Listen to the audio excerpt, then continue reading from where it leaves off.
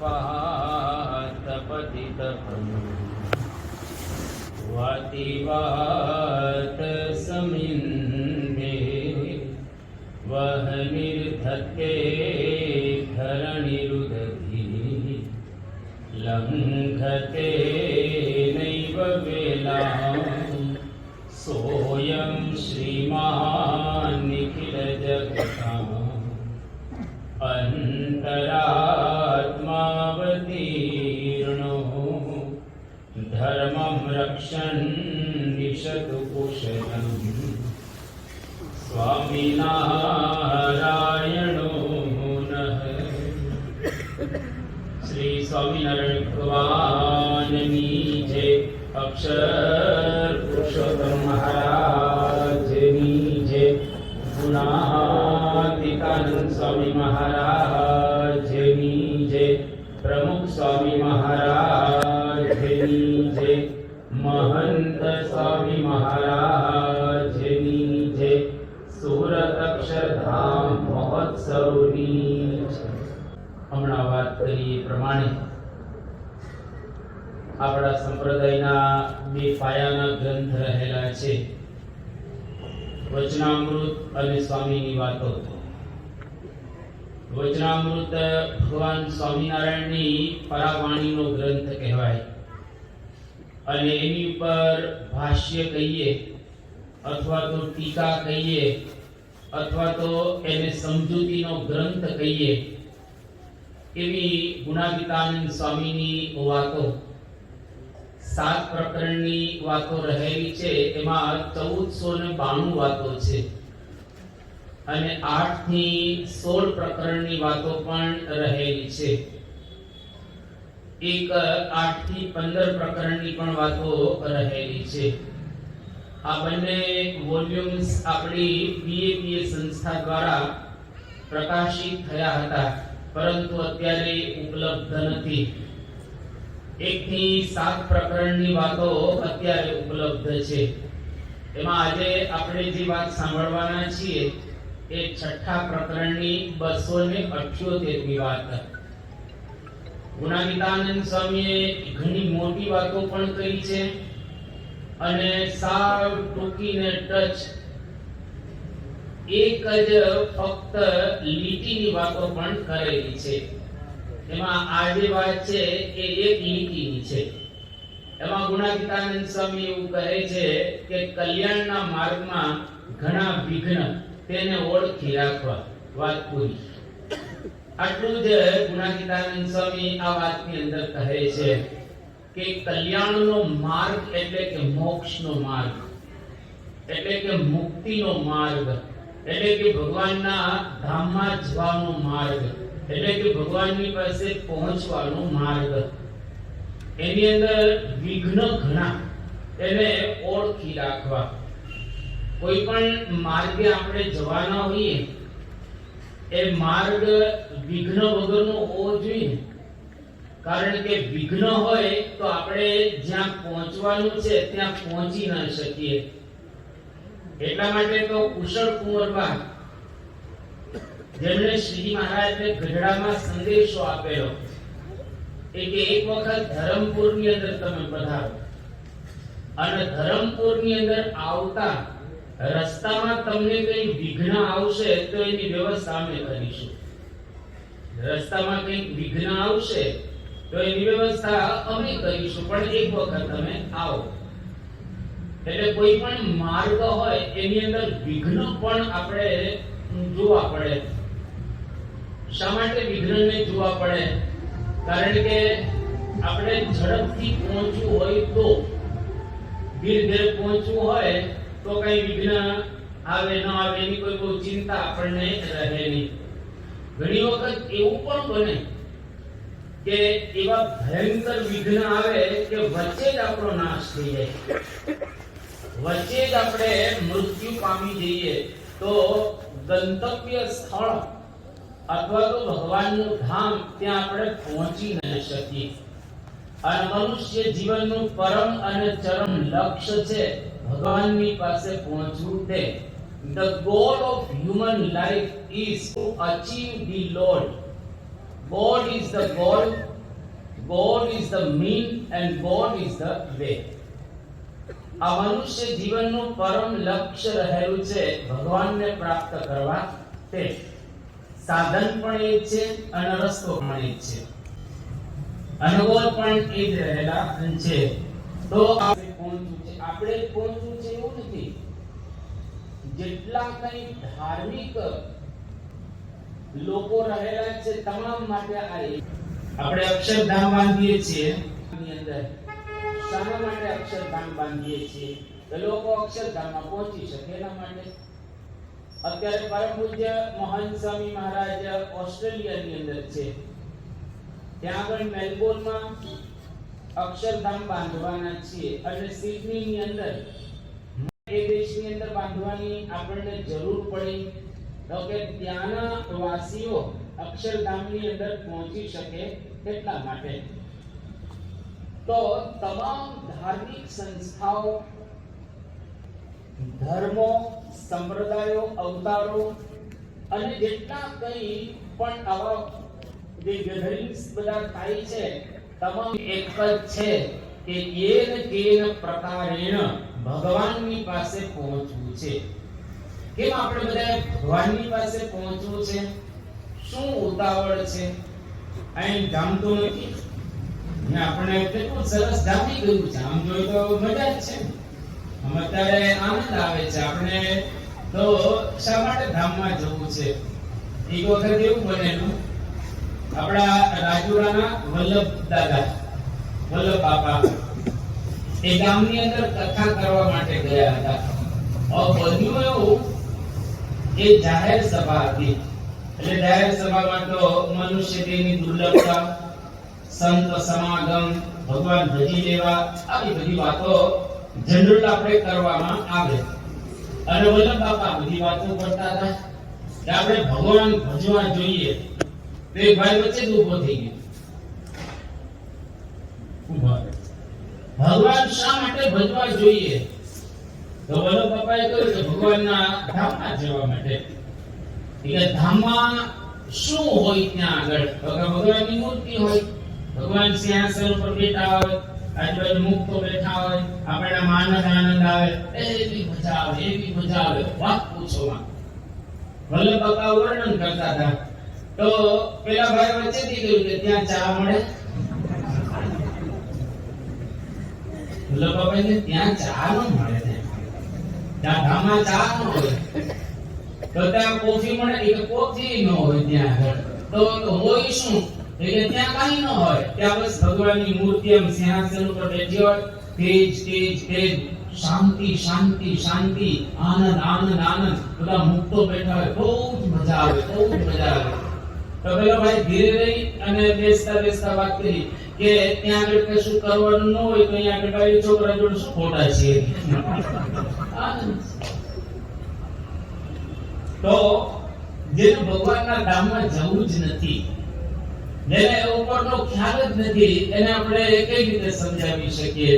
તો ગુણાતીતાનંદ સ્વામી આ એક નાનકડી વાતમાં એવું કહે છે કે ભગવાન ભજવામાં, કલ્યાણના માર્ગમાં ઘણા વિઘ્ન, એનો ઓળખી રાખવા. આપણે ભગવાનની પાસે પહોંચવાનું છે.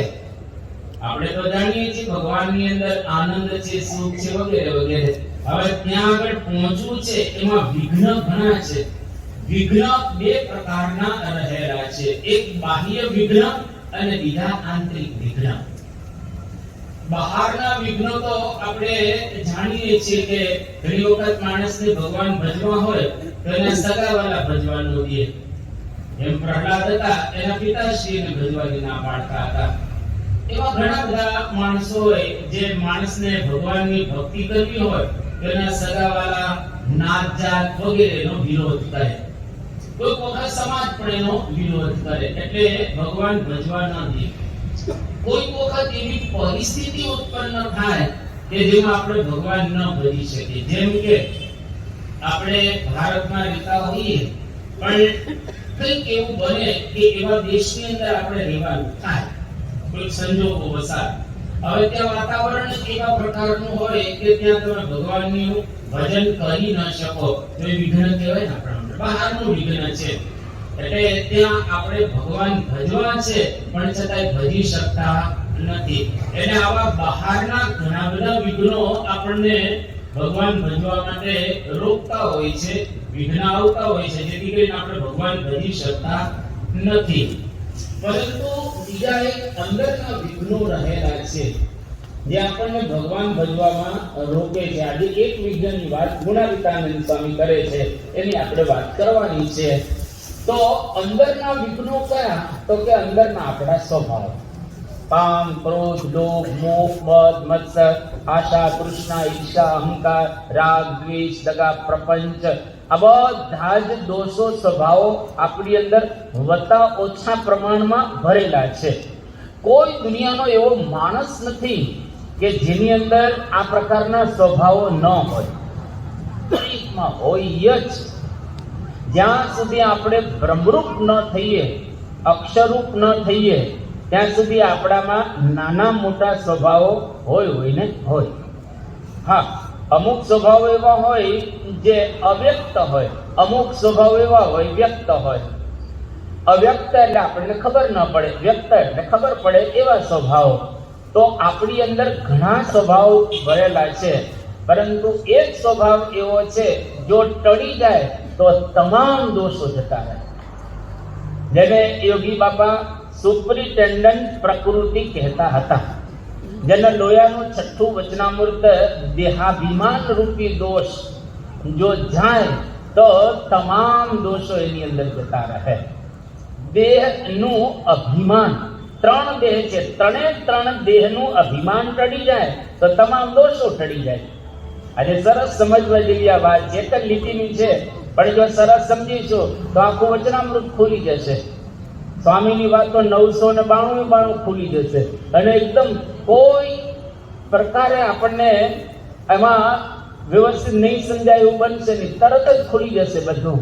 મહારાજ કહે છે લોયાનું છઠ્ઠું વચનામૃત, દેહાભિમાન રૂપી દોષની અંદર સ્વભાવ માત્ર રહેલા છે. હવે શબ્દ અહીંયા આગળ આપણે આકૃતિની રીતે દેહ અભિમાન, અભિમાનમાં પણ બે શબ્દ છે, દેહ પણ એક શબ્દ, એટલે ત્રણ શબ્દોનો બનેલો એક શબ્દ છે. ત્રણને સમજીએ તો ખબર પડશે. પહેલા માન, પછી અભિ, પછી દેહ. બરાબર? દેહાભિમાન. માન એટલે તો આપણે બધા સમજી શકીએ છીએ. બરાબર? માન તો બધાને સમજાય એવું છે.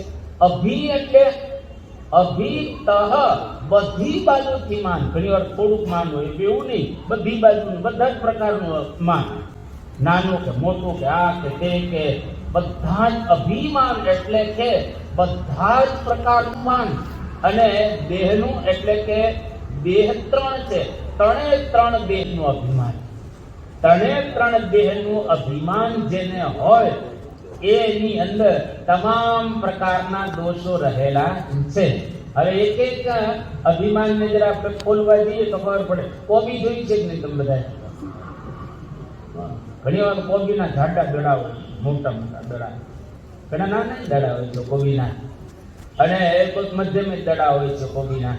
હવે કોબીના છે ને દડાની એક તમે આમ પાંદડું ઉખેડા રાખો ને, રાખો ને પાંદડા, છેલ્લે શું મળે એની અંદર?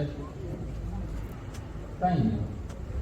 છેલ્લું પાંદડું ઉખડી જાય એટલે આપણે કોબી કઈ, તો પાંદડા એ જ કોબી. શું પાંદડા એ કોબી કઈ? પાંદડા એ કોબી. કારણ કે એક પાંદડાનું બનેલું છે, કોબીનો દડો શેનો બનેલો છે? પાંદડાનો દડો બનેલો છે. બરાબર? એક પાંદડા ઉખેડા રાખો એટલે પછી કોબી પૂરી થઈ જાય. છેલ્લે કહું કોઈ એમ કે કોબીના પાંદડાની પાંદડા એ જ કોબી. કોબીના પાંદડા નથી, પાંદડા એ જ કોબી રહેલી છે. કારણ કે પાંદડા કોબી બે એક જ છે, એમાં કોબી જુદી, પાંદડા જુદા, એવું કઈ રહેલું એ નથી. પીપળાના પાંદડા આપણે કહી શકીએ. બરાબર? કોબી અને પાંદડા બે જુદા રહેલા નથી. એમ ત્રણ પ્રકારના દેહના ત્રણ અભિમાન રહેલા છે. એ ત્રણ અભિમાનને પેલા ઓળખી રાખો. મને કઈ નડે છે? ઘણી વખત આપણને ઓળખેલું ન હોય ને એટલે બધું એક જ સરખું સમજાવી દેતું હોય અને વર્ષો સુધી એમને વિચાર રાખે ટકા થાય. આપણે આ ખરાબ પ્રસાદ આજે કેમ દીધો છે? ઓછી સંખ્યા બે મળશે, વધારે સંખ્યા એક મળશે, દોઢ તો અપાય નહીં. છોકરાઓને દોઢ મળશે કે બે મળશે, મોટા પણ એક એક મળવાની છે. તો આ પ્રકારે તમે જુઓ આપણી અંદર 3 પ્રકારના અભિમાન છે. પહેલું અભિમાન આપણે દેહનું સમજીએ. 3 દેહ છે બરાબર. પહેલું દેહ કયું છે? આ દેખાય છે. વેરાયટી તો જુઓ ફર્સ્ટ ક્લાસ કેટલી વેરાયટી છે. કેટલા માણસો એટલી વેરાયટી, કેટલા માણસો તમામનું દેહ જુદા જુદા પ્રકારનું છે. અને આ દેહનું આપણને અભિમાન હોય છે કે મારા જેવો કોઈ નહીં, મારા જેવો કોઈ. અત્યારે તમને નહીં ખબર પડે, ક્યારે તમને ખબર પડશે? તમે એકલા, આજુબાજુ કોઈ ન હોવું જોઈએ, તમે એકલા અરીસાની સામે જ્યારે ઊભા રહેશો ત્યારે તમને અનુભવ થશે. જમાવટ છે આપણે. તમે જ્યારે અરીસાની સામે ઊભા રહો દરેકને એવું લાગે કે મારું જમાવટ છે.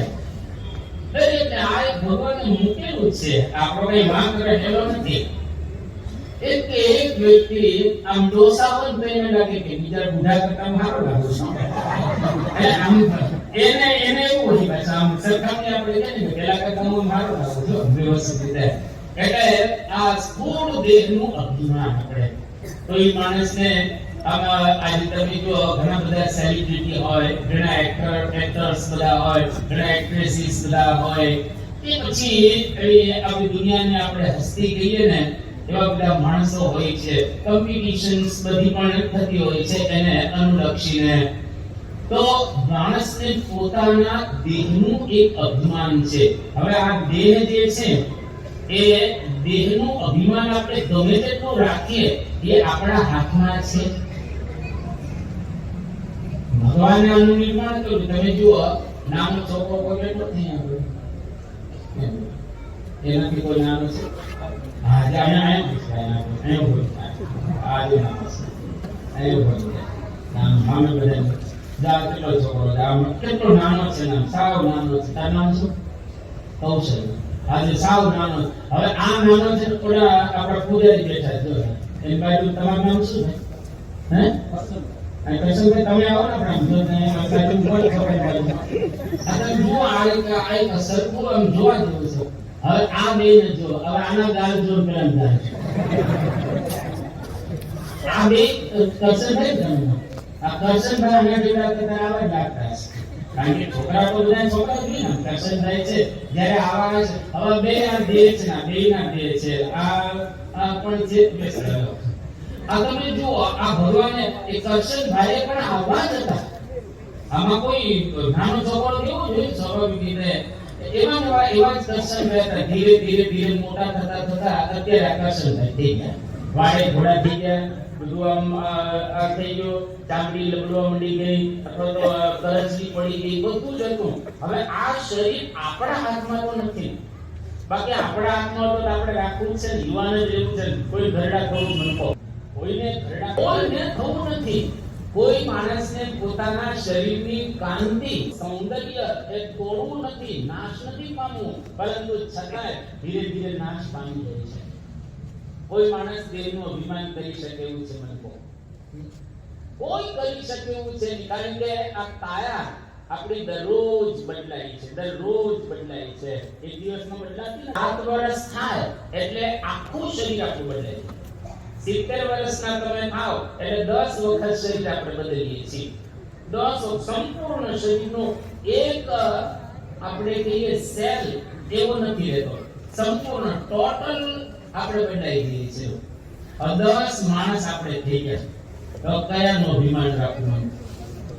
આપણે એટલેનો મતલબ શું? સ્થૂળ શરીરનું કોઈ અભિમાન નહીં રાખવાનું. બસ કોઈ ઊંચા હોય, કોઈ નીચા હોય, કોઈ જાડા હોય, કોઈ પાતળા હોય, કોઈ ગોરા હોય, કોઈ કાળા હોય, કોઈ વળી દેખાવડા હોય, કોઈ દેખાવડા ન હોય, કોઈ નહીં.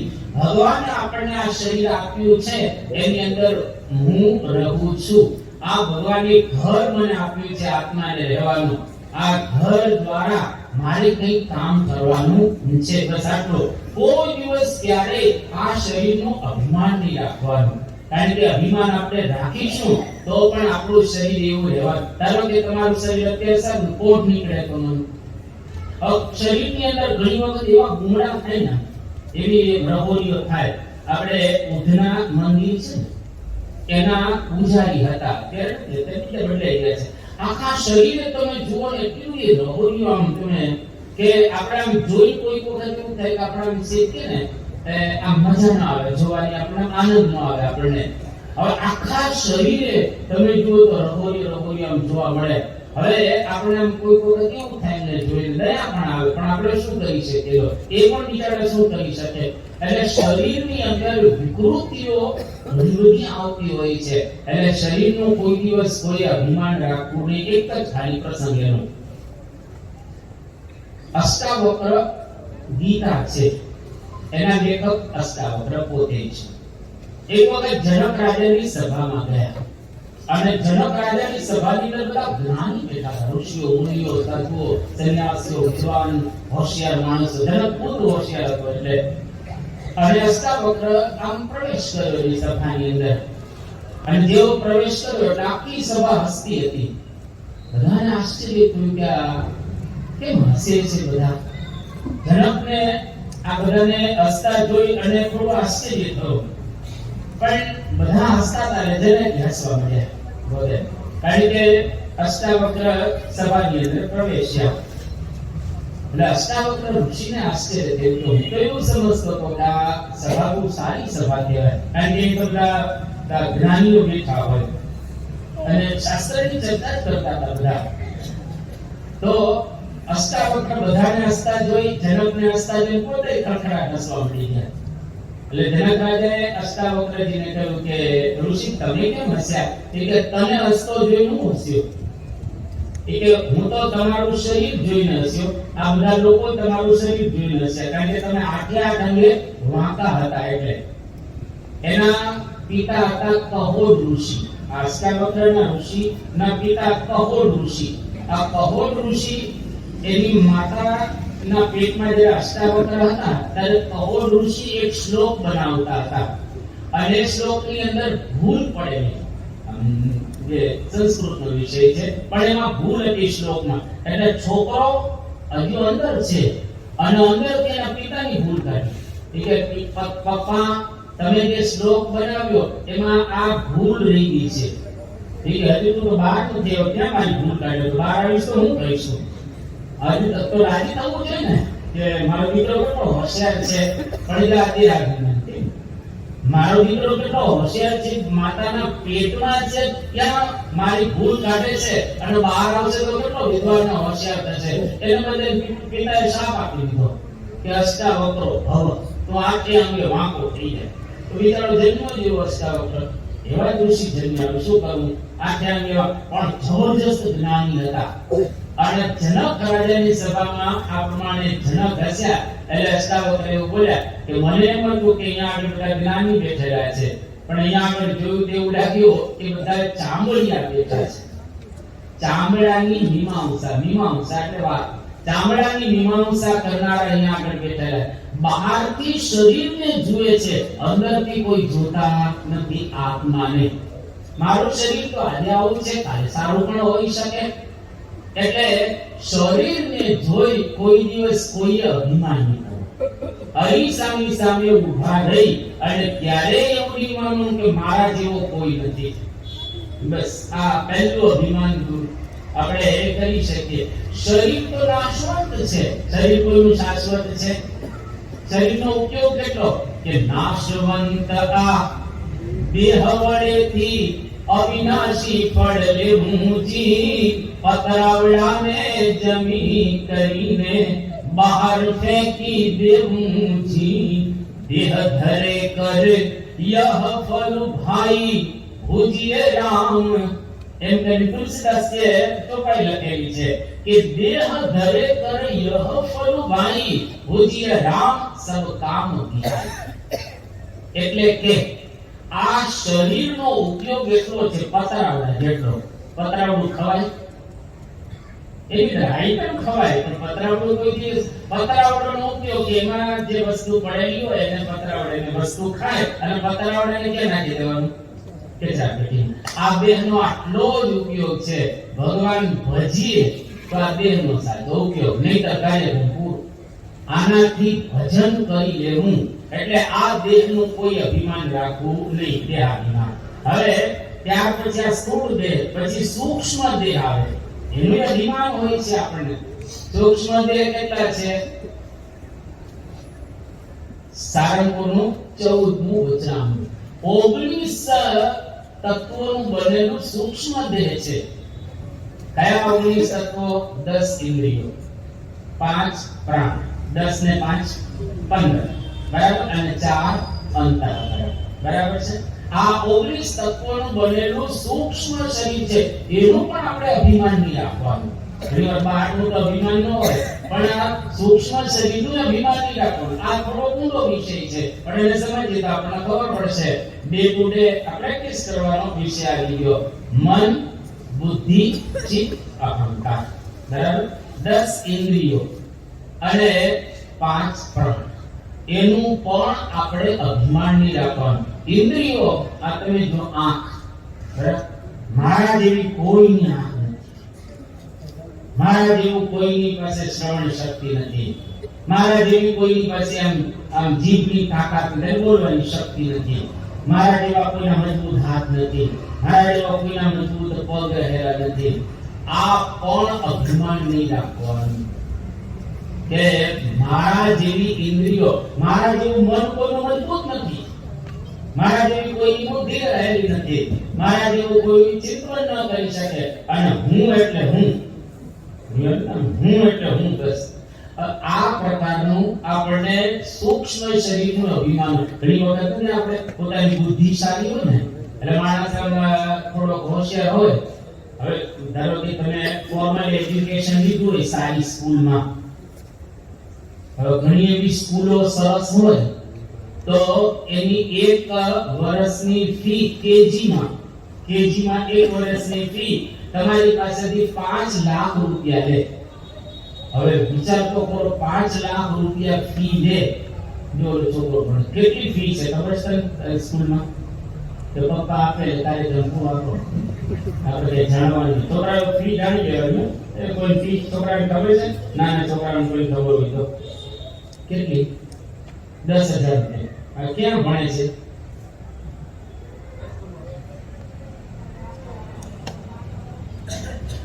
₹20,000 આખા વર્ષ. એક સેમિસ્ટર 10 છોકરાને ડાયરેક્ટ બોલાવો એ યાદ રાખજો. છોકરાની ફી યાદ રાખવાની. હવે સારી સ્કૂલ 10,000 અને 20,000 ની સ્કૂલમાં ભણે. હવે આ છોકરો દર્શન ને કૌશલ, આ કૌશલ છે. હવે અત્યારે 20,000 ની ફી છે આખા વર્ષની. આ કૌશલને તમે ઊંચી મૂકી દો, અને ઊંચીમાં પણ હાઈ એકદમ કક્ષાની સ્કૂલ હોય જેની ફી 1 વર્ષની 5 લાખ રૂપિયા, ક્યાં 20,000 રૂપિયા અને ક્યાં 5 લાખ રૂપિયા. અને આ છોકરો આમાં કાંઈ નહીં, તમારે કપડા એક જોડી દઈને ત્યાં મોકલવાનું છોકરાને, અને વર્ષ પછી પાછો આવે 5 લાખ રૂપિયા તમારે નાખી દેવાના. તો 5 લાખ રૂપિયામાં હું આમાં ફેર પડી જશે. પણ 5 લાખ રૂપિયામાં એને બધું શીખવાડે ત્યાં આગળ. એને ઉઠવું કઈ રીતે, શું કઈ રીતે, બેસવું કઈ રીતે, ભાષા કઈ રીતે બોલવી, મેનર, મેટર, બધી સિસ્ટમથી ને સમજાવે. એ છોકરો 12મા ધોરણમાં આવે એટલે 12 પછી 60 લાખ થાય ને, 60 લાખ થાય એની ફી. પછી કોલેજના 3-4 વર્ષે ભણે એટલે લગભગ 1 કરોડમાં છોકરો ભણી ગયો. તમારો છોકરો છે કૌશલ 1 કરોડમાં ભણી ગયો એટલે ગ્રેજ્યુએશન થાય 1 કરોડમાં. ગ્રેજ્યુએશન થયા પછી એને સારી કોલેજની અંદર એને એડમિશન મળે અને કોલેજમાંથી પાસ આઉટ થાય તો પ્લેસમેન્ટ થાય. પ્લેસમેન્ટ ધેટ મીન્સ કે કેમ્પસ ઇન્ટરવ્યુ થાય એનો, અને કેમ્પસ ઇન્ટરવ્યુ ની અંદર સારી કંપની એને સિલેક્ટ કરે એને વર્ષનો 1 કરોડનો પગાર આપે. જે કૌશલ પોતે ભણ્યો હોય 15 વર્ષ કે 12 વર્ષ જેટલી વર્ષ, એ 15 વર્ષનો પગાર એનો 1 વર્ષમાં પૂરો થઈ જાય. જે ખર્ચ એને કર્યું 15 વર્ષનો એ 1 જ વર્ષમાં કૌશલ શું શીખવાડે સ્કૂલ કોલેજની અંદર? મેનર શીખવાડે.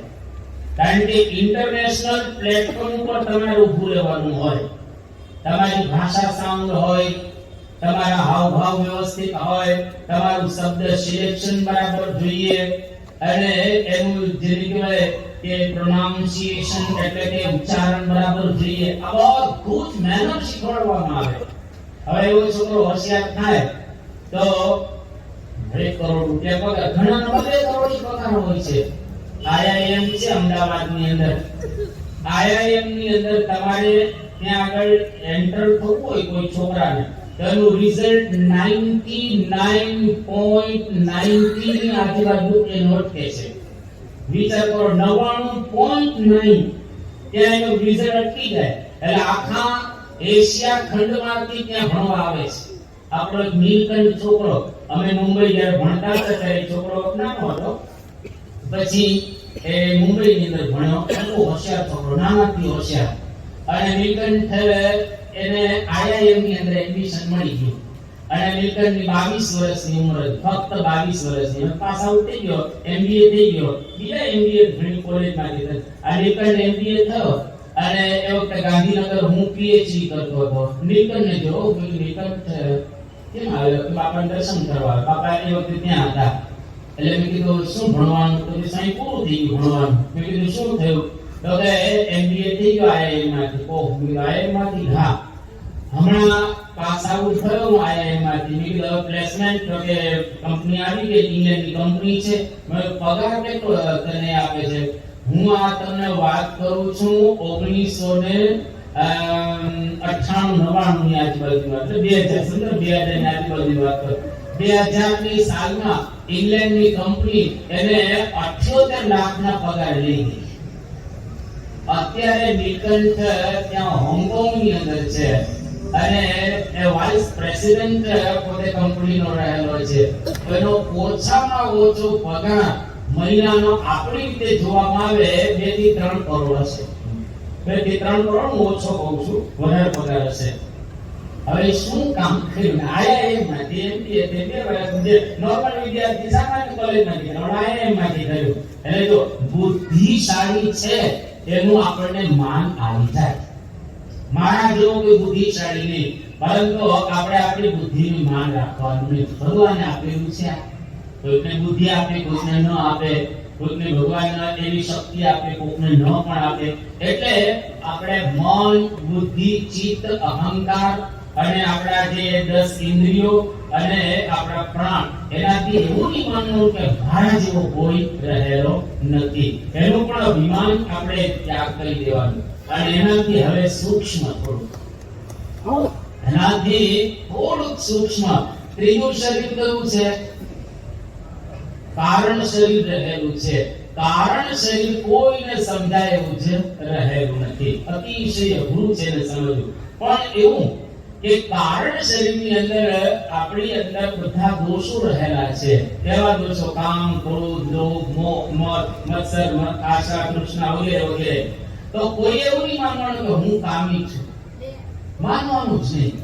કદાચ તમને દોષ એ હેરાન કરે તોય સ્વીકારવાનું જ નહીં કે હું કામી છું. હું કામી છું જ નહીં. હું તો શુદ્ધ અને પવિત્ર રહેલો છું. હું ક્રોધી જ નથી, હું લોભી જ નથી.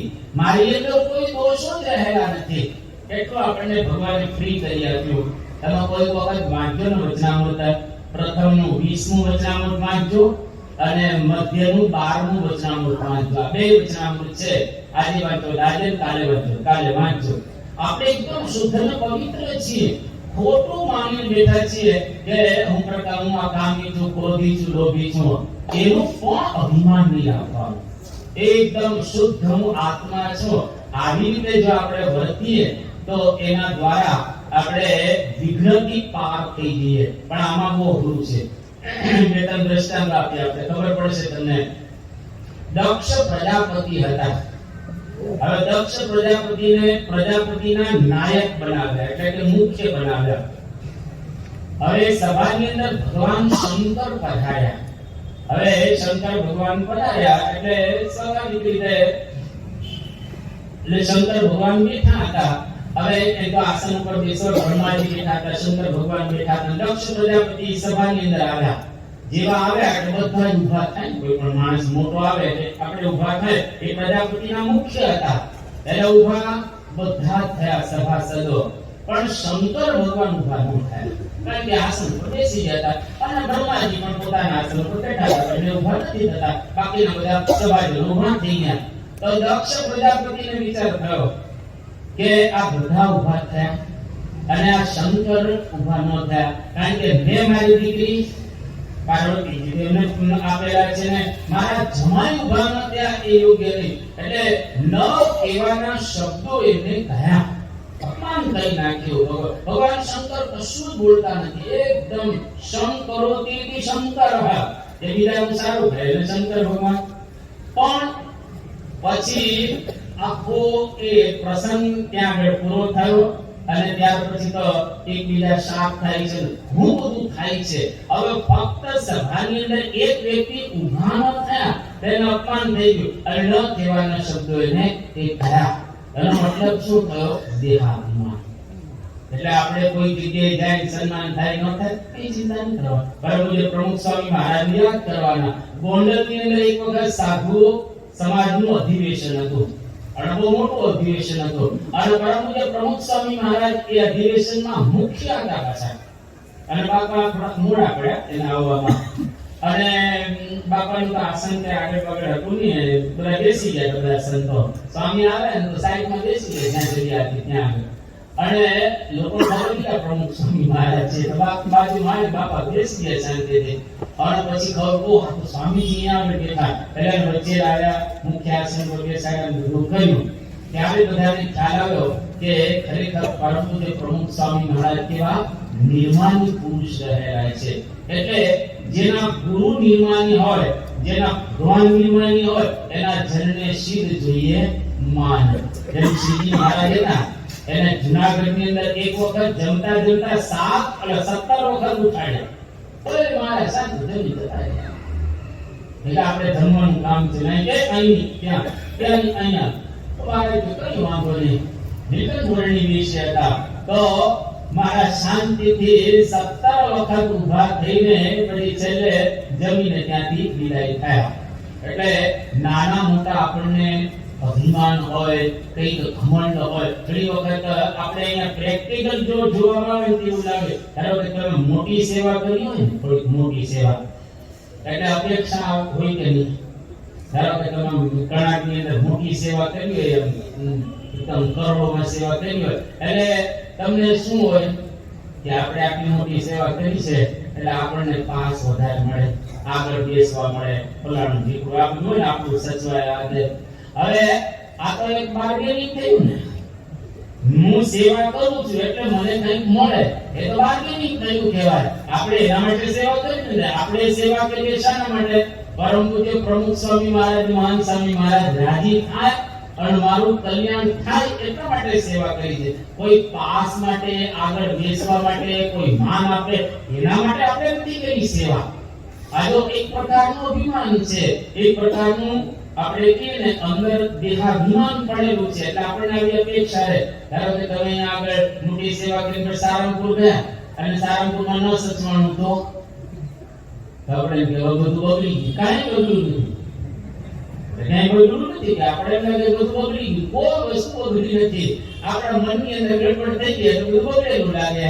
દુનિયા કાંઈ બગડી નથી, મંદિરે બગડ્યા નથી, કોઈ વસ્તુ બગડી નથી. પણ આપણું સચવાનું નહીં એટલે આપણે બગડી. અને જો આપણો તરફ સચવાય તો આપણે તો બીજો સુધરી જાય, તરત સુધરી જાય. એટલે આપણે કોઈ જગ્યાએ મંદિરની અંદર અપેક્ષા શૂન્ય થઈ અને સેવા કરી. બસ અપેક્ષા જ નહીં, કોઈ જાતની અપેક્ષા નહીં. નાની કે મોટી આપણે સેવા કરીએ એના દ્વારા કંઈક મેળવવાની અપેક્ષા એવી બિલકુલ રાખવાની નહીં. તો કલ્યાણના માર્ગને આપણે બરાબર પામી શકીએ અને એ માર્ગે બરાબર ચાલી શકીએ, કોઈ વિઘ્ન ન આવે. બે ત્રણ હરિભક્ત એવા આપણે જોયેલા છે. લીંબડીના આપણા રામજીભાઈ હતા, રામજી દાદા એમને કહેતા, આ લીંબડીના હરિભક્ત. હવે લીંબડી આમ રસ્તાનું ગામ કહેવાય.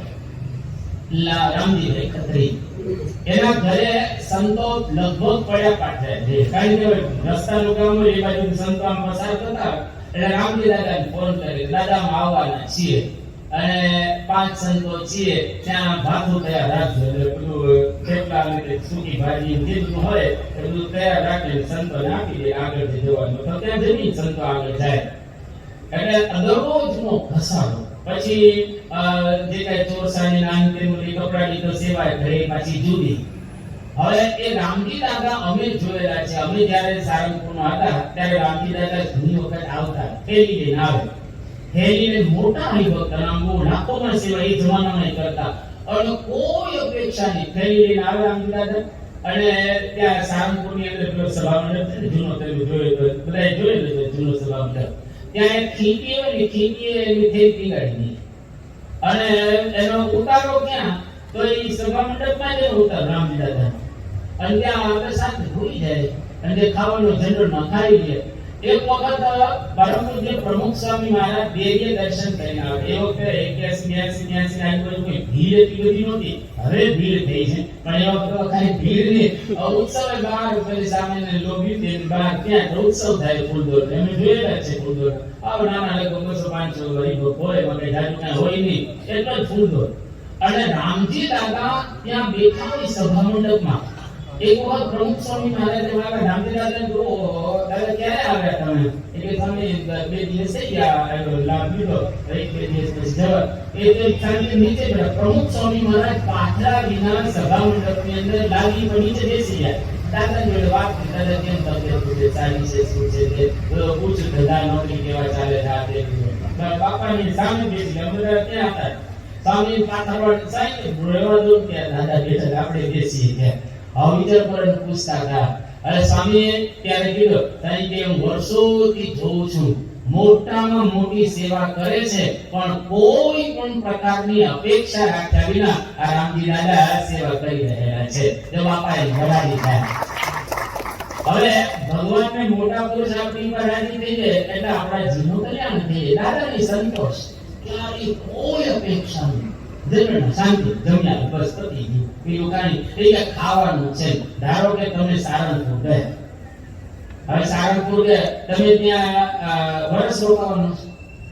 એક નાઈટ હોય, 2 નાઈટ આ 2 નાઈટ ની અંદર તમારે 2-3 વખત જમવાનું હોય. સામાન્ય રીતે 2-3 વખત જમવાનું થાય. એક નાઈટમાં 1-2 વખત જમવાનું થાય. હવે આપણે સારંગપુર જમવા ગયા છે કે લાભ લેવા ગયા છે?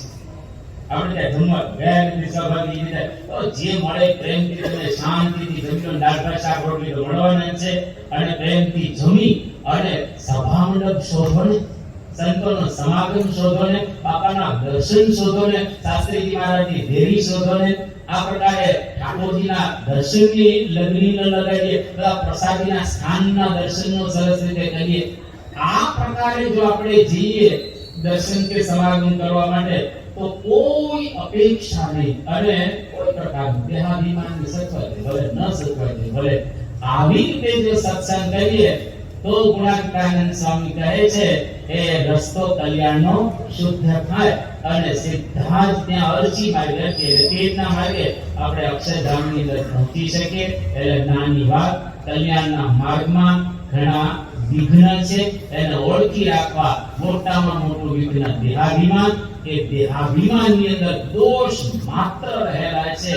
એક જો દેહાભિમાન જાય તો તમામ દોષો આપણા વિદાય લઈને જતા રહે. મહારાજની પ્રાર્થના કરીએ કે આ દોષથી આપણે પર થઈ અને સારામાં સારી રીતે મહારાજની અને સ્વામીની આરાધના કરી શકીએ. પ્રાર્થના શ્રી સ્વામિનારાયણ ભગવાન